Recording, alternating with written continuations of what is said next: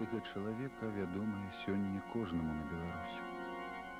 У моманты, калі вызначаўся лёс нашай краіны і кожнага з нас, яго ўчынкі і словы мелі важкі ўплыў і прыводзілі да вынікаў, у якія з цяжкасцю верылася. Яго партрэт, які ствараецца сёння афіцыйнымі сродкамі масавай інфармацыі, расквечаны неверагоднымі і фантастычнымі чуткамі, таму дагэтуль яго постаць застаецца таямнічай і загадкай. Нехта і сёння не хоча, каб людзі ведалі праўду. Некаму выгадна, каб мы бачылі рэчаіснасць як на негатыве, калі белае выглядае чорным, а чорнае белым. Неагражэнне культурнае, і эканамічнае, і палітычнае. І зараз, калі народ прачнуўся, мы стаім на парозе вялікіх перамен. Я гісторык. За ўсю гісторыю чалавецтва не было больш злачыннай арганізацыі, чым тая арганізацыя, якая заснованая на ідэалогіі марксізму, ленінізму, сталінізму, маоізму. Але чалавек моцна зроблены Богам. Мы адражаемся і адродзімся, і гэтая цёмная сіла спадзе.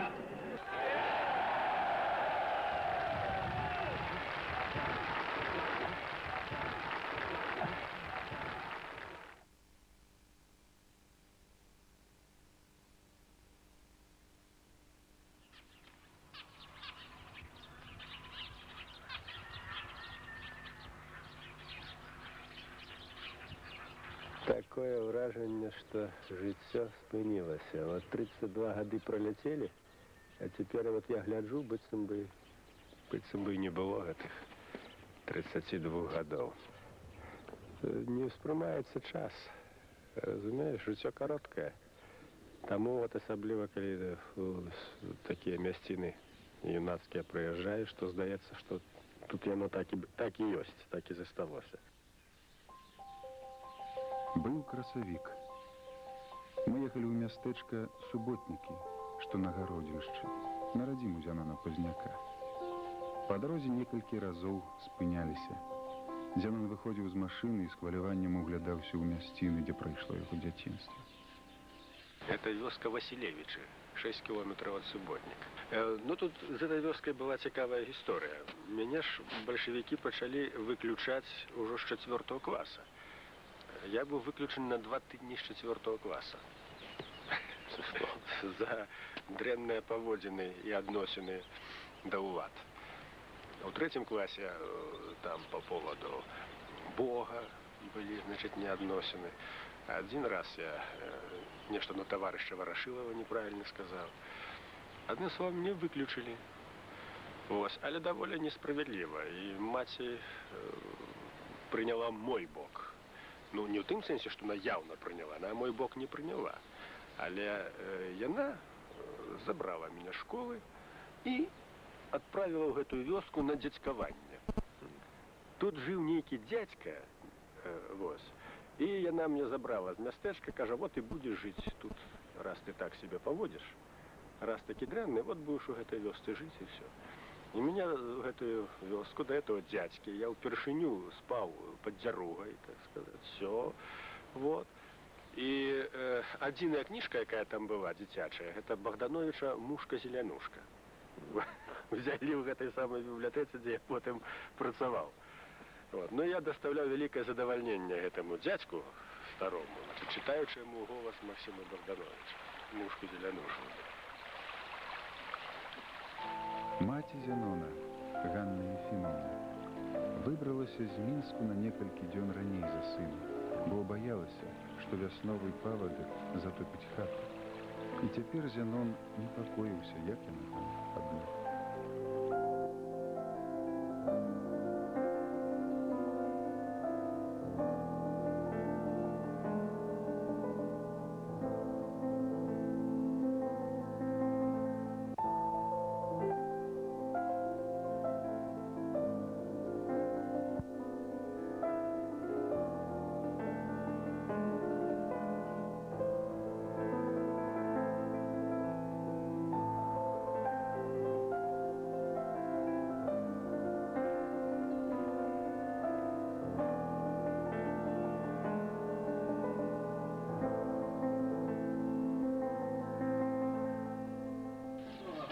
Слухай, який хороший, так хвостом добре махає. Добрый день. Привітайте. С приездом. Ненадовго. Я... А тут я... Ну, уже теперь идем до вас.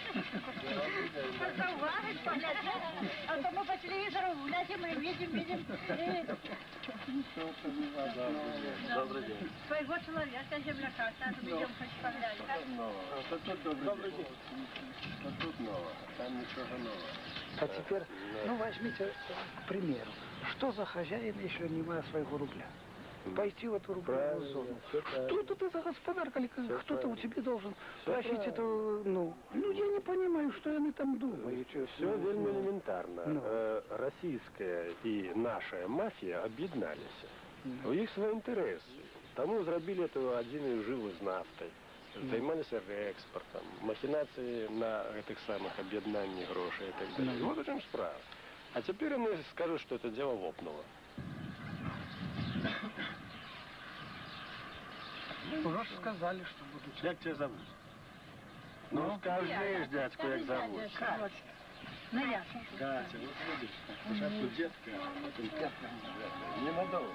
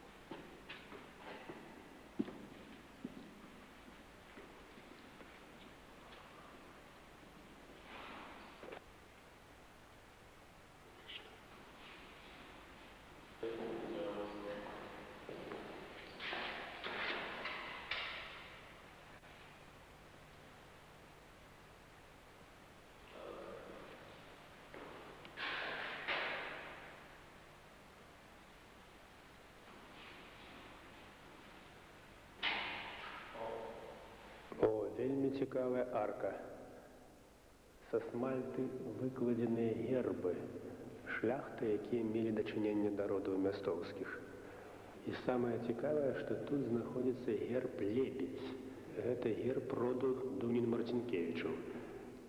Вінцук Дунін-Марцінкевіч быў з гэтага роду, меў такі самы герб. І вось тут ёсць граф Дунін-Раецкі. Магчыма, гэта з гэтага дому і ёсць. Але герб той, герб Лебедь. Выкладзены са смальты, гэта вечны матэрыял. Вельмі прыгожа.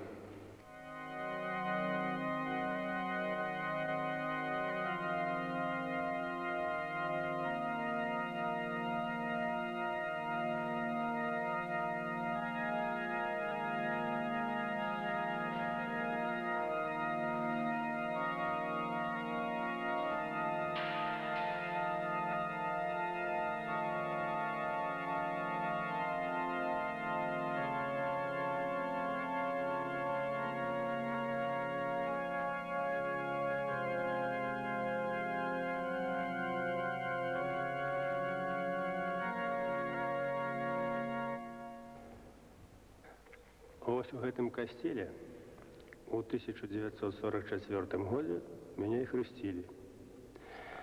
Прытым маці хацела назваць Юркам, а бацька Антосін. У выніку назвалі Зяноном. Так што я вынік кампрамісу. А вось у гэтай купелі, это хрысцельня, гэтай святой вадой мяне і крапілі. Дзякуй Богу, жыў да сённяшняга дня. І спадзяюся, і далей з Божай дапамогай буду жыць. Гэты касцёл у суботніках, які цудам уцалеў падчас вайны, уратаваў пазняку жыццё яшчэ калі той не нарадзіўся. Тут у сутарэнні хавалася падчас бамбёжак цяжарная ім маці. Калі шли немцы, десанты, приедут на мотоциклу, а русские же, это ж был такой расплох, остались солдаты, где в лесе, где. Так это я приедут, а русские стреляют в лес, и они утекают, тогда снова эти десанты появятся. Ну и так попало, что пришли эти десанты и пришли под нашу хату, там где хлеб у нас стоит, там была хата, поставили пулемет под окно и начали стрелять туда. А это было на Петра. А мы были в погребе. Ксенц наш сусед был, пригласил туда нас. Там ховались. Так тогда стали оттуда стрелять, а сам это было днем. И скотина в хлеве, так у нас еще сгорело. И курочка с куринятками, и котка с котенятками, это все было, и конь, и коровы. Все. Только, а сколько литературы было, мой брат надто любил литературу. Его все были Мицкевича, там, и Сенкевича, всякие там, и верши он писал, мой брат хороший кто был. Так книги все сгорели. Вот так жили. Значится, все гэтыя наконт полицаев, наконт гэтых усіх, это все плетки. А не плетки. А потом уже, как стала власть устанавливаться, тогда вызвали, и кто уже хочет в полицию. Уже оформляли, там посылали, чи учили, не знаю. Неправда, это все. Моему мужу предлагали учителя. Но муж так сказал: теперь война, и никуда не треба идти. И он робил на хозяйстве. И он такой никуда не пошел. Нигде. А потом же белые там появились всякие.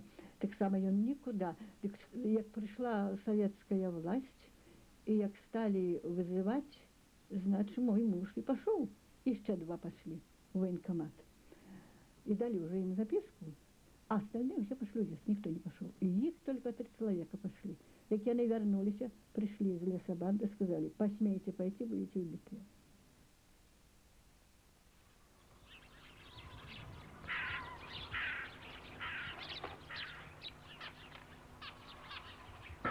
Вот на гэтыя дрэвы глянеш, дык і ўсё жыццё вспоминаешь. Потому что в этой 2 листовницы посадил дядька Ясь. Это то, что сгорел танку в Сходней Пруссии. Одну вывернула бур, одна засталась. Клены посадил дед.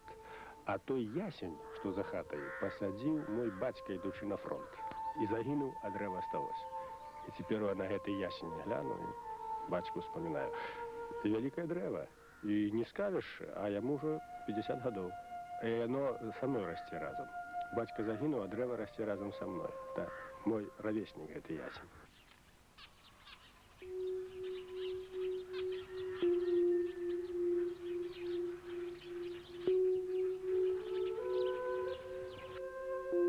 Станіслаў Пазняк, бацька Зянона Пазняка, школьны настаўнік. Падчас нямецкай акупацыі адмовіўся працаваць у школе, бо лічыў гэта супрацоўніцтвам з фашыстамі. У 1944 годзе, калі суботнікі былі вызвалены, адразу пайшоў на фронт. Ваяваў у разведцы.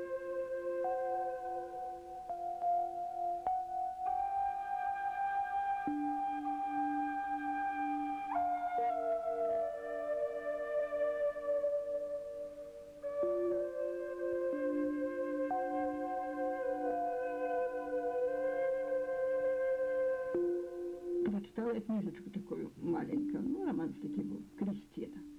Як уходив на фронт, проважала та Кристина.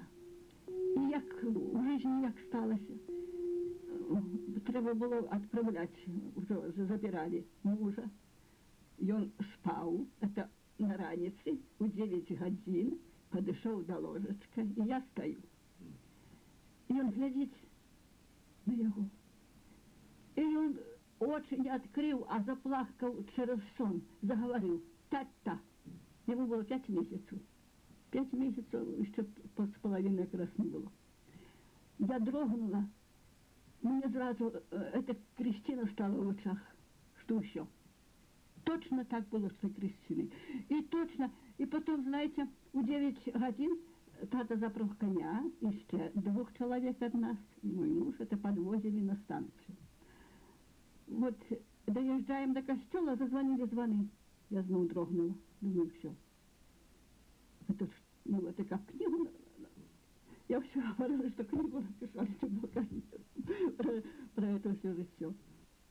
Вот, и так отрымалась. Пришел там. И пришел.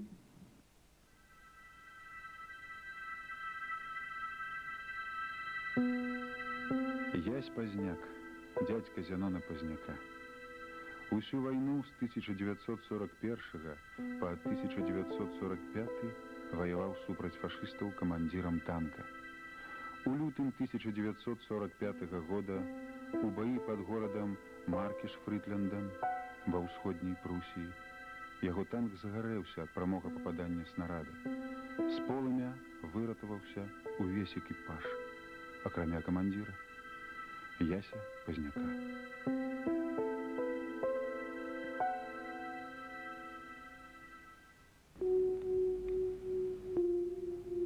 Ян Пазняк, дзед Зянона Пазняка, працаваў арганістам у касцёле святога Яна ў Вільні.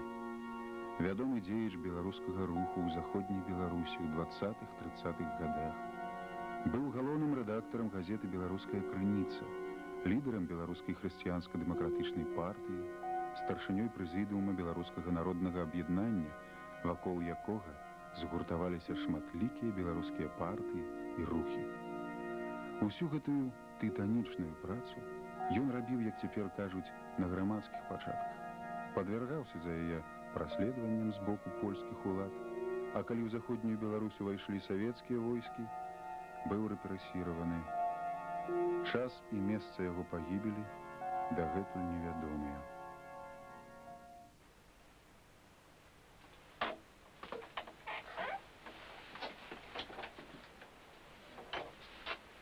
Хата не змянілася з 50-х гадоў. Не было каму рабіць ремонт, перабудоўваць, так і заставалася, як у юнацтве. Каласкі стаяць жытнёвыя, это ўсё маці любіць, такія букеты.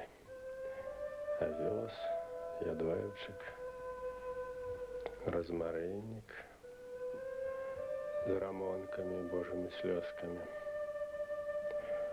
Это рушнички бабуля вышивала, и инициалы ее Еврония Курганская, девочая фамилия Курганская.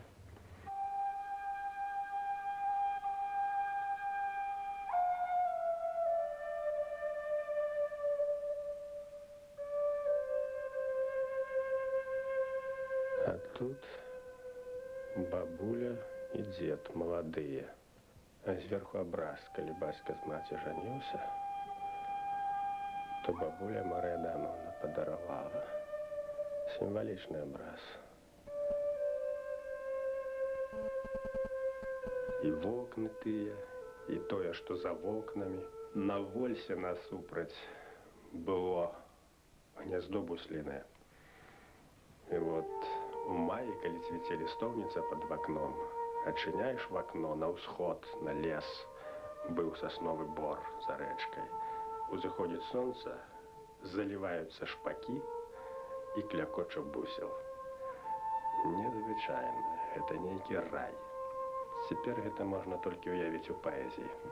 Важно иметь эту память, бо можно из памяти черпать силу.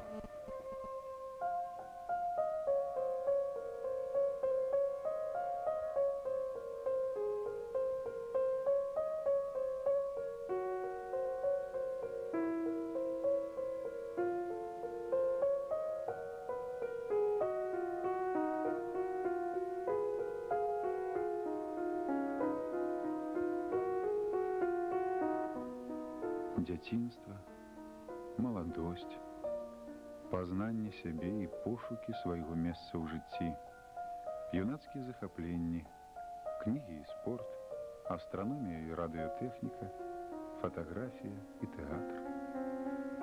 Сіла, дадзеная прыродай, сярод якой ён жыў, пачала праяўляцца ўжо тады. Любую распачатую справу ён мусіў давесці да канца, да дасканаласці, да перамогі.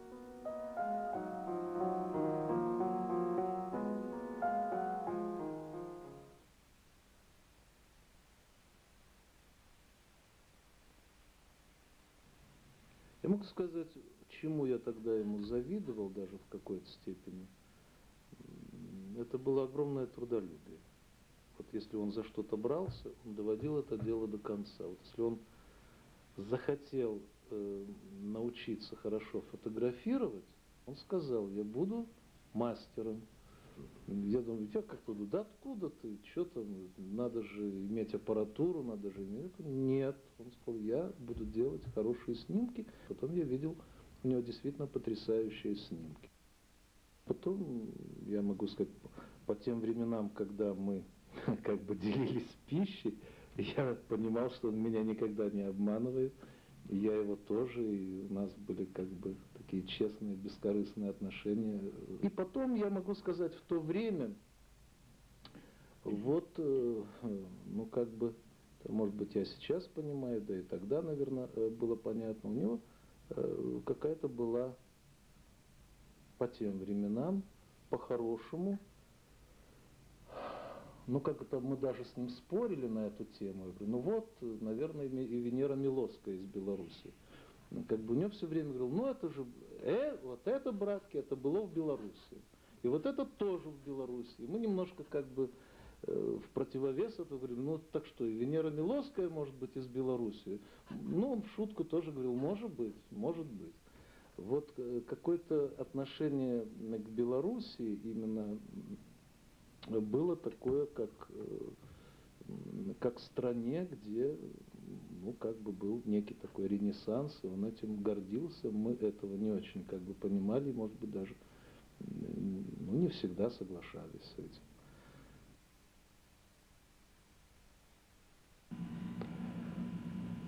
Это было так. Моя бабуля Мария Адамовна сказала мне аднойчы, калі я пайшоў у школу і пачаў ёй расказваць пра тое, што я там чуў па гісторыі, пра Суворова і так далей. Яна сказала, твой дзед змагаўся за Беларусь. Ён быў вялікім чалавекам і загінуў за свабоду бацькаўшчыны. И все. И дастаткова. Гэта, відаць, мае вялікае значэнне. Я над этим не задумываўся раней. Але цяпер адчуваю, што у дзяцінстве для мяне іграла гэта вельмі вялікую ролю. Калі маці мне показала газету «Зорачку», гэта дзіцячы дадатак да беларускай крыніцы, якую выпускаў мой дзед.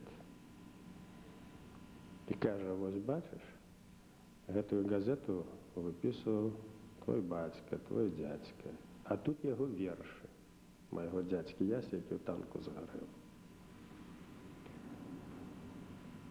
І тут жа расказвала, як прыходзіла польская паліцыя арыштоўваць за тое, што выпісвалі гэтую газету каталіцкую, толькі на беларускай мове. І расказвала пра тое, як змагаліся, як трапілі ў пастарунак, як паліцыя пагражала бацьку, што яшчэ з ім разбяруцца. І гэта ўсё я ведаў, што яны змагаліся за мову, за Беларусь, за незалежнасць.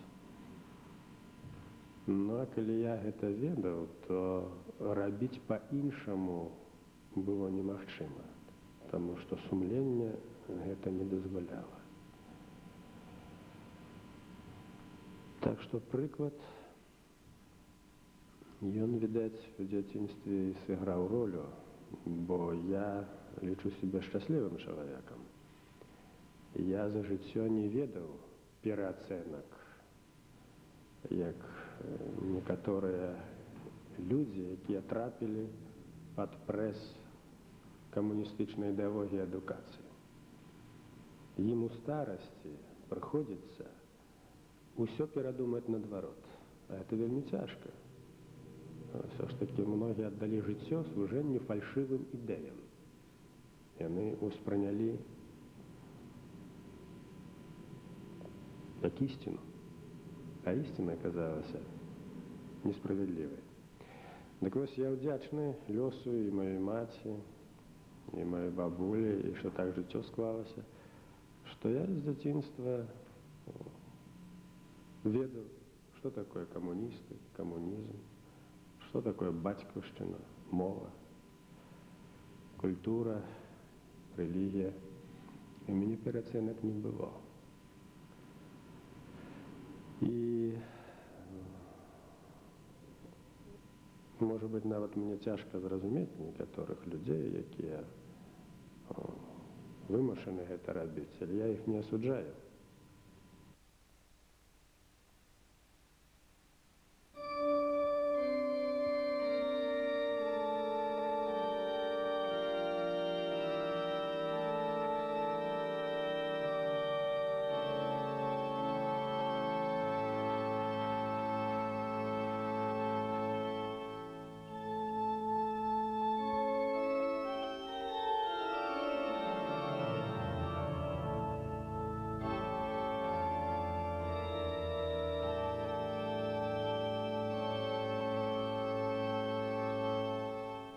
Тиши над землей, у эфиры ночные, голос чистый звучит, как пение херувим.